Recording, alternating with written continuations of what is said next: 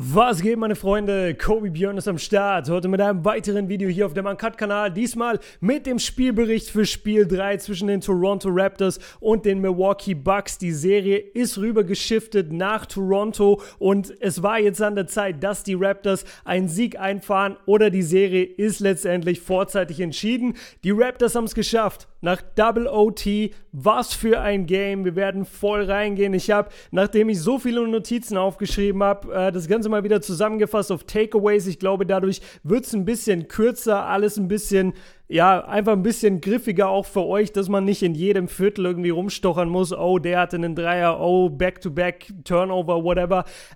Lasst uns einfach direkt anfangen. Ich will gar nicht groß rumlabern. Mir haben nämlich diese kürzeren Videos jetzt auch mal ein bisschen Spaß gemacht bei den Spielberichten.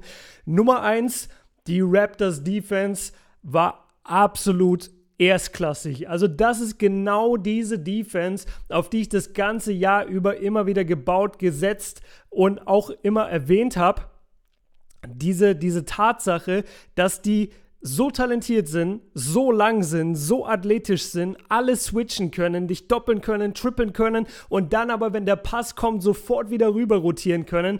Genau das haben die Raptors in diesem Game gezeigt. Also das war für mich der größte Takeaway aus diesem Spiel, dass selbst wenn es offensiv mal bei ihnen nicht laufen sollte, sie eigentlich immer diese Defense im Petto haben. Und das habe ich in Game 2 halt überhaupt nicht verstanden, warum sie da Giannis so machen haben lassen, was er wollte, obwohl, nur weil es bei ihnen offensiv halt überhaupt nicht lief. Das habe ich nicht ganz nachvollziehen können, warum sie sich so schwer getan haben, ordentlich zu verteidigen. Klar, wenn es offensiv nicht läuft, dann schlaucht dich das ab und zu natürlich als Spieler, aber du musst gerade in solchen Games einfach, und wenn du on the road bist, so wie in Game 2, musst du einfach diese Defense spielen. Das haben sie jetzt in Spiel 3 gemacht. Wahnsinnig beeindruckend, genauso beeindruckend wie die Crowd auch in Toronto. Das war jetzt genau dieser Heimvorteil, den ich mir bei der Blazers-Warriors-Serie so gewünscht habe für die Blazers. Einfach eine Halle, wo du bei jedem Korb das Gefühl hast, hier wird gerade Game 7 von der Serie gewonnen. Eine Halle, die schon bevor der Tip-Off überhaupt oder während des Tip-Offs einfach sowas von laut Let's Go Raptors schreit, dass du es wirklich durch deinen Fernseher lauter als die Kommentatoren hörst. Die Fans sind so da, die haben so Bock, die sind so hungrig. Also diese Raptors-Fans, die kann man echt nur feiern und ich gönne es denen so hart, dass die dieses Jahr ein gutes Team haben und dass das Team sich so gut verkauft, zumindest wenn sie zu Hause spielen. Nummer 2 oder Nummer 3 besser gesagt, Siakam und Kawhi, gerade in der zweiten Halbzeit und dann in den beiden Overtimes, absoluter Wahnsinn. Absoluter Wahnsinn. Vor allem Siakam hat mich so positiv überrascht, nachdem er die letzten Spiele ja gar nicht er selbst war und auch in dieser ersten Hälfte eigentlich nicht mich wirklich überzeugt hat und einfach kein gutes Spiel hingelegt hat, taut vollkommen auf in diesen Overtimes. Das gleiche gilt für Kawhi Leonard, 52, 53 Minuten sowas gespielt. Die ganze Nacht eigentlich, ich glaube, das war im ersten oder zweiten Viertel, hat er sich blöd verletzt, ist eigentlich das halbe Spiel oder das Dreiviertelspiel eigentlich die ganze Zeit nur gehumpelt. Das war, also ich habe mich die ganze Zeit gefragt, wann kommt er denn mal raus, wann behandeln die denn mal, wann geht er denn mal in die Umkleide? Nein, er ist auf dem Feld geblieben, er hat Defense gespielt, er hat gestealt, er hat gedankt, er hat Schrittfehler begangen, die nicht gepfiffen wurden, aber sowas passiert und gerade wenn du zu Hause bist, bekommst du dann halt mal eher nicht den Schrittfehlerpfiff als jetzt zum Beispiel ein anderer Spieler. Ich bin vollkommen geplättet von den beiden. Also es hätten ein paar Jumper mehr fallen können, gerade auf Seiten von Kawhi. Also gerade diese Midrange-Jumper, die er halt gerne nimmt, fand ich jetzt nicht so gut gefallen wie normalerweise, aber nach wie vor der Faktor Müdigkeit spielt eine Riesenrolle und außerdem hat er seine Layups gemacht, er hat Offensiv-Rebounds geholt, er ist wieder hochgegangen, er ist an die Linie gegangen. Über Kawhi kann man absolut nichts sagen. Wir checken mal kurz seinen Boxscore überhaupt, damit wir einmal ein Gefühl dafür haben, was er aufgelegt hat. 36 Punkte, 9 Rebounds, 5 Assists, 2 Steals, 1 Block, 11 von 25 aus dem Feld, 2 von 4 von der Dreierlinie und 12 von 13 von der Freiwurflinie. Besser geht's nicht. Einfach besser geht's nicht und zu denken, dass der Junge eigentlich die ganze Zeit verletzt war und dann trotzdem 52 Minuten in diesem Game spielt mit 2 Overtimes. Nichts als Respekt für ihn und wie gesagt, Siakam auch wesentlich besser als in den Spielen davor, sowohl was die Wurfquote angeht, als auch einfach nur seine Präsenz in der Offensive. Da kommen wir jetzt dann, auch gleich noch zu einem Punkt, nämlich dem Punkt Körpersprache. Die Körpersprache von den Raptors, egal ob offensiv oder defensiv, war viel selbstbewusster als in diesen ersten beiden Spielen in Milwaukee. Also gerade bei Siakam in den ersten beiden Games, wenn er zum Korb gegangen ist, wenn er den Ball in den Händen hielt, dann hattest du das Gefühl, er weiß gar nicht genau, was er damit machen soll. Er weiß jetzt gar nicht, wohin soll er werfen, soll er einen Spin-Move machen, am besten schnell den Ball wieder weg oder einen blöden Wurf nehmen, damit die Possession vorbei ist. So hat das gewirkt. In diesem Game wieder viel mehr der Regular Season Pascal Siakam, dieser ruhige Typ, der einfach sich kurz Zeit nimmt, dann seinen Move einleitet, so ein bisschen an die frühen Jahre von Giannis erinnert, als er noch viel, ich weiß das Wort für raw nicht, tut mir leid, also viel raw war. Unreifer, nein, das ist nicht das richtige Wort. Ihr wisst, was ich meine. Raw, R-A-W. Daran erinnert er mich sehr. Also Pascal Siakam erinnert mich sehr an diese ersten Giannis-Jahre. Einfach relativ wenig offensives Skillset. Alles läuft irgendwie über die Länge und über die Athletik und über diesen Spin-Move. Und er macht es einfach gut. Und das haben wir jetzt in den letzten Playoff-Spielen nicht mehr wirklich gesehen. In diesem Spiel war er dafür wieder voll da. Genau mit dieser Körpersprache. Hatte defensiv geile Momente. Hatte einen Monster-Block gegen wen war das? Gegen Lopez müsste das gewesen sein. Wahnsinnig wichtiger Block in der ersten oder zweiten Overtime. Also die beiden ganz stark. Und wie gesagt, das ganze Raptors-Team von der Körpersprache viel mehr da, viel selbstbewusster von der Bank. Leider wieder nur Norman Powell, der Akzente setzen konnte. Der hat dann leider auch relativ früh ausgefoult. 19 Punkte hat er gemacht. Ansonsten, Van Vliet, genau, ich wollte gerade gucken, wie viele Minuten der gespielt hat. Der hat einfach 31 Minuten gespielt, nachdem auch Kyle Lowry relativ früh ausgefoult war in diesem Double-OT-Game. Und Van Vliet hat 31 Minuten gespielt und hat 3 Punkte gemacht. 3 Punkte. 1 von 11 aus dem Feld, 1 von 8 von der Dreierlinie. Also safe to say, dass seine Körpersprache, dass sein Selbstvertrauen einfach bisher nicht zurückgekehrt ist in dieser Serie. Ich weiß nicht, ob man sich davon nochmal erholt als Shooter in einer Serie. Vielleicht dann in der nächsten Serie, dass alles besser läuft. Aber von dem, was ich da gesehen habe, wow, war das einfach schlecht. So viele offene Würfe, weil sie halt Kawhi gedoppelt oder getrippelt haben und dann ging der Ball immer auf Van Vliet, der bekommt den freien Dreier und du wusstest schon davor, okay, das Ding geht eh nicht rein. Gleiches Szenario bei Danny Green. Ich glaube, die beiden kommen, also wenn sie nochmal reinkommen, krass, ich kann es mir nicht vorstellen. Wir reden gleich über die Bucks. Ich will noch einmal kurz sagen, dass Lowry und Gasol mir bis sehr gut gefallen haben. Sie haben jetzt beide offensiv nicht das größte Feuerwerk abgeliefert, wobei doch Marc Gasol müsste sogar ganz gut gewesen sein. 4 von 8 von der Dreierlinie, genau, der hatte relativ viele Dreier. Das gilt dann eher in Richtung Kyle Lowry. Also ich will in keinster Weise sagen, dass ihre Leistung schlecht war oder nur durchschnittlich, aber sie war jetzt auch nicht sehr gut und sie war jetzt nicht auf dem Level von Siakam und Kawhi, die, finde ich, alles getan haben, was in ihrer Macht stand, um zu gewinnen. Und ich erwarte jetzt nicht, dass Kyle Lowry genauso spielt wie Kawhi Leonard oder wie Pascal Siakam, aber ich wünsche mir, dass einfach noch ein bisschen mehr von ihm kommt, dass er vielleicht nicht so blöd ausfault. Ich glaube, das war noch in der regulären Spielzeit und dann die beiden Overtimes komplett ohne ihn stattfinden. Und bei Marc Gasol fand ich defensiv gab es ein paar Momente oder ich weiß gar nicht, was es war. Also ich glaube, wenn wir so ins Detail gehen, müsste ich mir jetzt das Spiel nochmal angucken.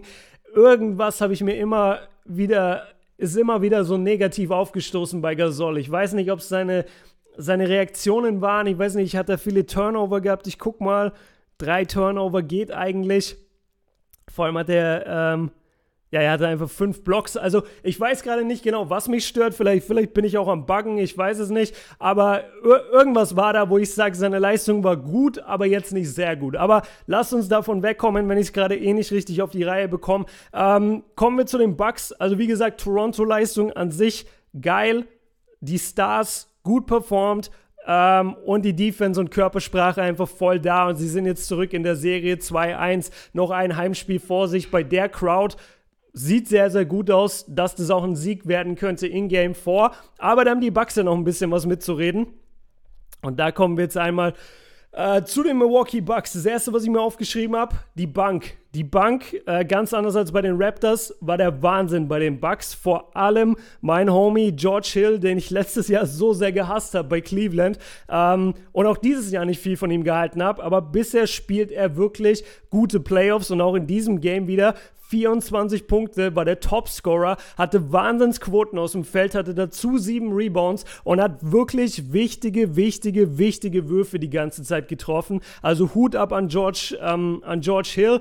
Und der zweite, Malcolm Brogdon, Wahnsinn, wie easy der in diese Playoffs reingekommen ist. Also, dass der jetzt auch wieder 20 Punkte hatte, dass der, seit er wieder da ist, eigentlich gut performt. Er kommt zwar noch von der Bank, aber alleine, was er da leistet, wie er trifft, was er alles macht auf dem Feld, dafür, dass er so lange weg war und jetzt direkt Playoff-Intensity spielen muss, wirklich Hut ab, so zum einen an ihn, und zum anderen an den Medical Staff, also an die Ärzte und an alle Betreuer bei den Milwaukee Bucks, die ihn scheinbar perfekt auf diese Rolle jetzt von der Bank zu kommen und einfach körperlich fit zu sein, vollkommen richtig drauf eingestellt haben. Offensiv bei den Stars, Middleton und Giannis schwach. Richtig, also was heißt richtig schwach, aber es war schwach. Und das liegt natürlich vor allem, deshalb habe ich das als ersten Punkt groß gelobt bei den Raptors, die Defense stand halt wie eine Eins. Also ich habe die Raptors echt selten bis vielleicht gar nicht so gut verteidigen sehen. Diese Mauer, die sie für Giannis gebaut haben, da war kein Durchkommen. Also der Junge hat sich so schwer getan, der hat vom zweiten Viertel bis tief ins dritte Viertel gar kein Field Goal gemacht. Die haben den sowas von rausgenommen. Er kam dann zwar nochmal in der Overtime in der ersten, hatte da ein paar gute Aktionen, aber er hat sich sau schwer getan. Das gleiche gilt für Middleton, wobei ich bei Middleton sogar einfach nur der Meinung bin, er muss halt mehr seine Würfe treffen, weil die Defense hat sich schon am meisten auf Giannis versteift und es waren schon freie Würfe für Middleton da, dass er dann 1 von 6 von der Dreierlinie, 3 von 16 aus dem Feld. Das muss nicht unbedingt sein, wenn du die zweite Scoring-Option bist. Und da bin ich halt auch so ein bisschen am Überlegen, können die Raptors wirklich nochmal so einen Abend erwischen, wo in ihrer Defense alles glatt läuft und wo bei den Bucks relativ viel daneben geht, weil gerade auch die freien Würfe, die herausgespielt waren, selbst da war oft eine Hand von den Raptors dran, also zumindest im Gesicht, oder es war ein gutes Closeout, aber trotzdem sind NBA-Spieler einfach in der Lage, solche Würfe zu treffen und deshalb, wir kommen gleich noch zu meiner Prognose für Game 4. Giannis und Middleton offensiv schwach. Was mir sehr, sehr gut gefallen hat, und das war das, was ich bei den Raptors so vermisst habe, in Game 2 und in Game 1 glaube ich auch. Weiß gar nicht mehr in Game 1, aber in Game 2 auf jeden Fall. Die Bucks haben, abgesehen von 2-0 am Anfang des ersten Viertels, haben sie nie geführt in diesem Spiel. Bis, keine Ahnung wann, wahrscheinlich bis tief ins vierte Viertel, vielleicht sogar bis in die erste Overtime. Sie haben nie geführt und trotzdem waren sie einfach am Start. Also die Körpersprache, obwohl offensiv nichts zusammenlief, obwohl bei Giannis nicht lief, bei Middleton nicht lief, bei Bledsoe nicht lief, sie waren, das war viel, sie waren einfach am Start, sie haben sich nicht unterkriegen lassen, sie haben genauso wie die Raptors unglaublich gute Defense gespielt, deshalb haben auch die Raptors natürlich Probleme gehabt zu scoren. Ich habe jetzt viel die Stars gelobt, aber man darf nicht vergessen, oder man darf jetzt nicht denken, nur weil die Stars so krass abgeliefert haben bei Toronto, dass die Bucks-Defense schlecht war. Die Bucks-Defense stand auch wie eine Eins. Also ich war sehr beeindruckt von der Bucks-Defense. Und auch offensiv, die haben nie die Köpfe hängen lassen, die haben nie den anderen irgendwie angemacht, die sind jedem Ball hinterher. Ich mag die Einstellung von den Bucks mehr als die von den Raptors. Wenn es bei den Raptors nicht läuft, dann hast du eher diese Phasen, wo dann Marc Gasol total abgefuckt aussieht, wo dann Kyle Lowry überhaupt nicht mehr funktioniert, abtaucht, wo ein Siakam abtaucht, wo ein Kawhi dann alles alleine machen muss. Bei den Bucks ist es anders. Wenn es bei den Bucks nicht läuft, halten sie trotzdem zusammen, stehen da, stehen bei der Bank, wird die ganze Zeit gestanden, wird angefeuert auf dem Feld. Alle sind mit breiter Brust da, alle verteidigen, alle sind in der Offensive, stellen ihre Picks, machen ihre Cuts. Das find ich sehr, sehr gut bei den Bucks, weil die hätten das Spiel auch wirklich an vielen Stellen hergeben können, an wirklich vielen Stellen. Und sie haben es sogar manchmal auch in der Crunch-Time in blöden Situationen einfach mal einen Turnover oder Offensivfoul oder einen ganz blöden Abschluss genommen und trotzdem sind sie dran geblieben. Also da muss ich die Körpersprache einmal ganz stark loben. Bledsoe offensiv noch als eigenen Punkt, ich habe ihn gerade schon angesprochen, leider wieder sehr, sehr schlecht. Und ich bleibe dabei, wenn die Bucks in die Finals kommen, du kannst nichts in den Finals reißen, wenn dein Point Guard nicht performt. Und Bledsoe performt einfach nicht. Ich weiß nicht, was es ist. Ich will auch nicht auf ihm rumreiten, aber er spielt bisher einfach keine gute Serie. Du hast ihn als defensiven Stopper oder als defensive Waffe sozusagen drin und da ist er super wichtig und das macht er auch gut. Aber dass du offensiv so gar nichts gebacken bekommst, ist ein bisschen schade für dein Team, weil ich kann mir nicht vorstellen, wenn die gegen die Warriors spielen und von Bledsoe geht keine Gefahr aus, dann wird es relativ einseitig für die Warriors. Nächster Punkt. Brook Lopez war super gut, wie auch schon in mehreren Playoff-Spielen in dieser Postseason. Also ich bin einfach großer Lopez-Fan. Ich finde, er macht es sehr, sehr gut. Ich finde, er verteidigt gut. Er nimmt diese Dreier. Er ist ein paar Mal zum Korb gegangen, hat sogar einen One-Play abgeschlossen. Also Lopez hat mir gut gefallen. Und als letzten Punkt habe ich mir noch aufgeschrieben, die Bucks können vollkommen zufrieden sein. Das war wirklich ein Spiel, wo du normalerweise mit 15 bis 20 aus der Halle geschossen wirst. Du bist in der fremden Stadt. Die Halle ist brutal laut. Bei dir fällt offensiv nichts. Das gegnerische Team hat eine Nacht, wie man sie so gut wie nie hat. Also perfekte Defense und sehr, sehr gute Offense von den Starspielern. Das ist ein Game, da kannst du echt auch auf den Sack bekommen und dann gehumbelt wieder nach Hause oder ins Hotel fahren und dann in Game vorkommen und sagen, oh shit, jetzt müssen wir wieder gegen die spielen, wieder bei der Kulisse. Aber die Bucks haben sich super verkauft und wenn ich mir jetzt überlege, ich bin Milwaukee und Giannis hat nur 12 Punkte gemacht in einem Game mit 2 Overtimes. Giannis hat 12 Punkte gemacht, Middleton hat 9 Punkte gemacht. Da denke ich doch, ich kann Game 4 auf jeden Fall gewinnen. Also auch wenn es gegen die Raptors geht und auch wenn das natürlich nochmal eine Riesenaufgabe jetzt dann wird im, ich weiß gar nicht, wie das Center gerade heißt. Ist es Toyota Center? Nee. Well, ich weiß es gerade nicht. Obwohl ich da war, ich Trottel. Wie dem auch sei, also ich kann mir gut vorstellen, dass die Bucks sich denken, hey, ganz ehrlich, das war ein super hartes Spiel, das war super hart umkämpft. Die Raptors haben trotz ihrer guten Quoten von den Stars und trotz ihrer Monster-Defense 2 Overtimes gebraucht, um gegen uns zu gewinnen. Unsere Topscorer kamen beide von der Bank mit George Hill und Malcolm Brogdon. Wir können hier Game 4 locker holen und ich glaube, so gehen die Bucks wirklich an die Situation ran. Ich bin mir sicher, für Game 4 haben sie einen besseren Gameplan, wie sie Giannis wieder mehr ins Spiel bringen können. Ich bin mir sicher, dass ein paar Würfe mehr fallen werden für Middleton. Bledsoe ist nach wie vor ein Faktor, aber gehen wir mal davon aus, dass vielleicht da auch ein Stück mehr kommt. Und dann sehe ich die Bucks wieder klar vorne. Also es war ein super wichtiger Sieg für die Raptors. Wenn sie das Level halten können, krass. So, dann bin ich beeindruckt. Ich habe nicht mehr damit gerechnet nach den ersten beiden Spielen in Milwaukee. Aber wenn sie das Level halten können, haben wir auf jeden Fall eine offene Serie. Mal gucken, wie das Ganze ausgeht. Game 4, ich bin sehr, sehr gespannt. Und ja, damit sind wir am Ende von diesem Spielbericht.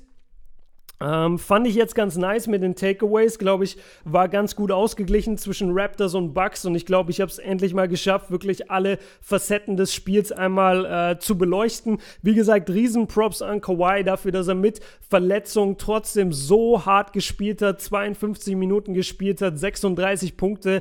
Wahnsinn einfach nur, Wahnsinn. Und als er dann angesprochen wird darauf, ja, wie geht's dir, du bist verletzt, hat er nur mit den Achseln gezuckt, hat gesagt, ja, jeder ist verletzt in den Playoffs, ist halt so. Also wirklich krasse Leistung von ihm, Hut ab und ja, ich würde sagen, vielen, vielen Dank für euer Zuschauen.